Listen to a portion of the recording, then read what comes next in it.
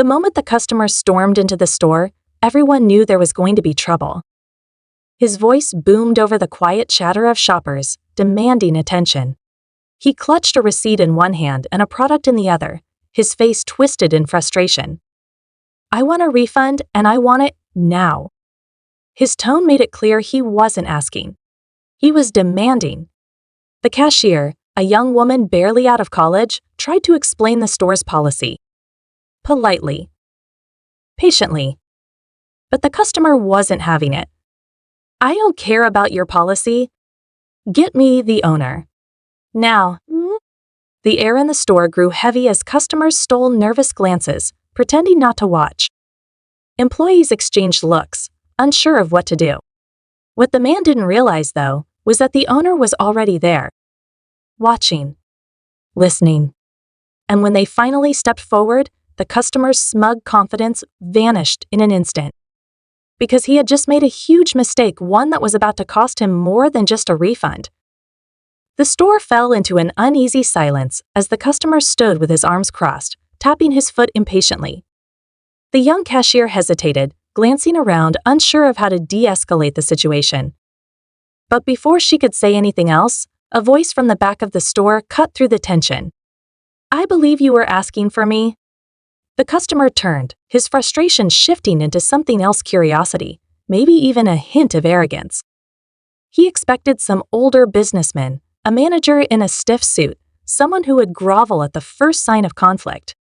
Instead, the person who stepped forward was calm, composed, and completely unbothered by his outburst. "You're the owner?" The man scoffed, looking them up and down as if trying to size them up.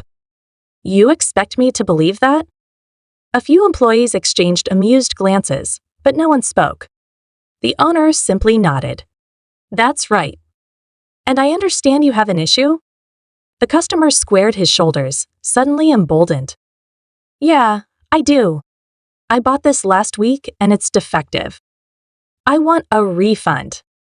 Your cashier's giving me a hard time, saying something about your policy, but I don't care about that. I'm a paying customer. I have rights." The owner didn't blink. "May I see the receipt?" The customer thrust it forward, clearly expecting this to be an open and shut case. But as the owner examined the small slip of paper, their expression didn't change. "Sir, this receipt is from 2 months ago. Our policy states that refunds are only available within 30 days. The man's face darkened. "So? What difference does that make?" "The product is defective." The owner's voice remained level. "If there was an issue, why did you wait this long to bring it back?"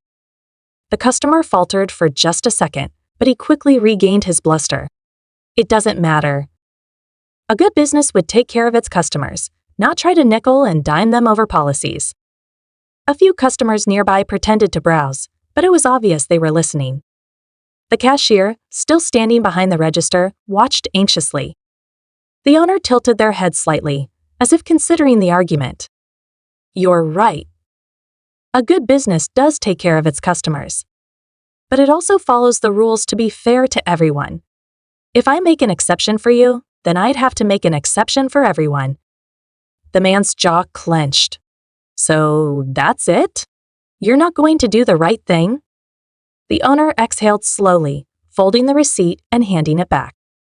"Tell me something. If you bought something from a different store and didn't return it within their time frame, would you still expect them to give you a refund?" "That's not the point." "It is the point," the owner interrupted, their voice still calm but now edged with something firmer. "Because we both know you're trying to take advantage of the system." The customer's face turned red. "How dare you accuse me of that?" But before he could say anything else, another voice chimed in, this time from a different direction. "You did this at my store last month." The man stiffened.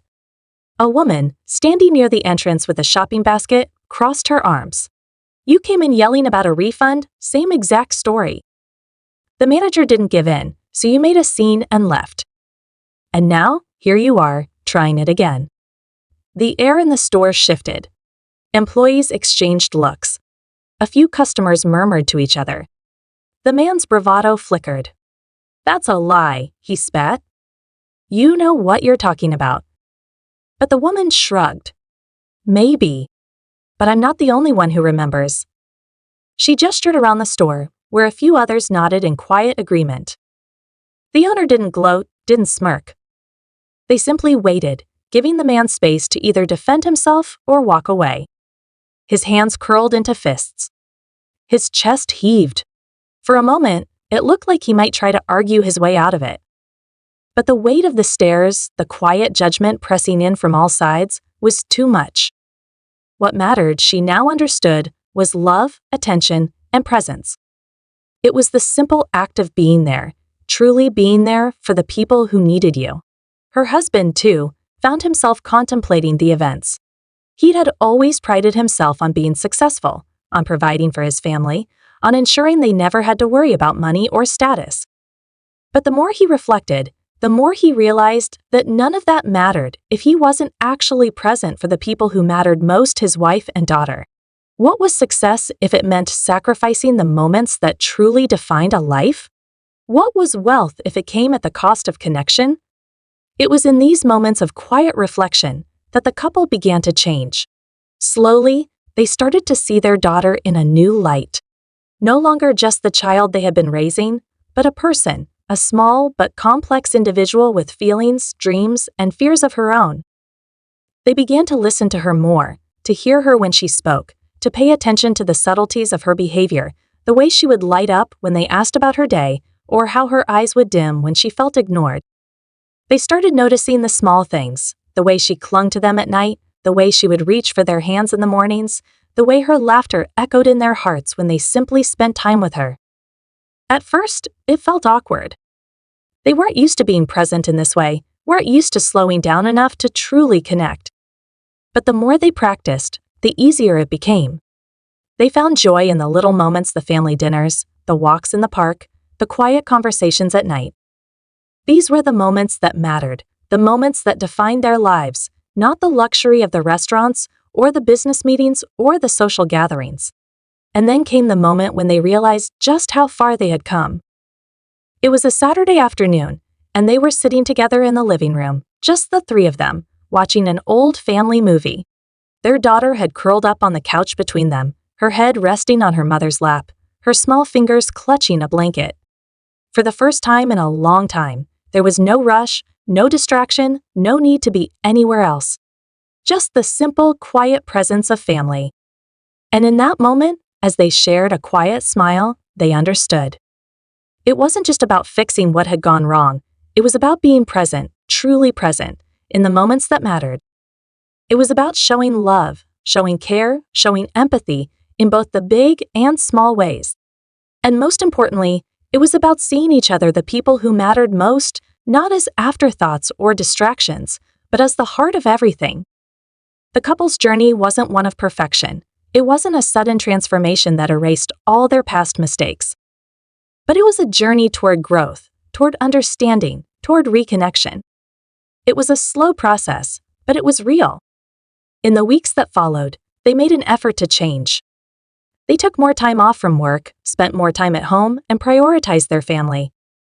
The small gestures of kindness, listening to their daughter's stories, asking about her day, playing games together, became a regular part of their lives. They made sure to show her that she was seen, heard, and loved every single day. And perhaps, in the end, the biggest change was not the outward transformation in their lives, but the shift that had taken place within them. They had learned the value of connection, of empathy, of being fully present in the lives of those they loved. They had learned that the greatest wealth wasn't in material things, but in the relationships they built and nurtured. But what of the stranger? The one who had shown them the path to understanding? He remained a quiet figure, a momentary catalyst in their lives. They would never forget him, or the words he had shared with them. He had simply been a reminder of something they had forgotten, that sometimes the most powerful change comes from the most unexpected sources. In the end, the couple's transformation was a subtle one. They didn't need to make grand gestures or put on displays for the world to see. What mattered was that they had seen each other again, truly seen each other, in a way they hadn't for a long time. They had learned to listen, to love, and to be present. And that, they knew, was the most important lesson of all. As for the child, she flourished. Her once hesitant smile grew brighter each day, her confidence blossoming as her parents grew more attuned to her needs. She felt safe, loved, and understood.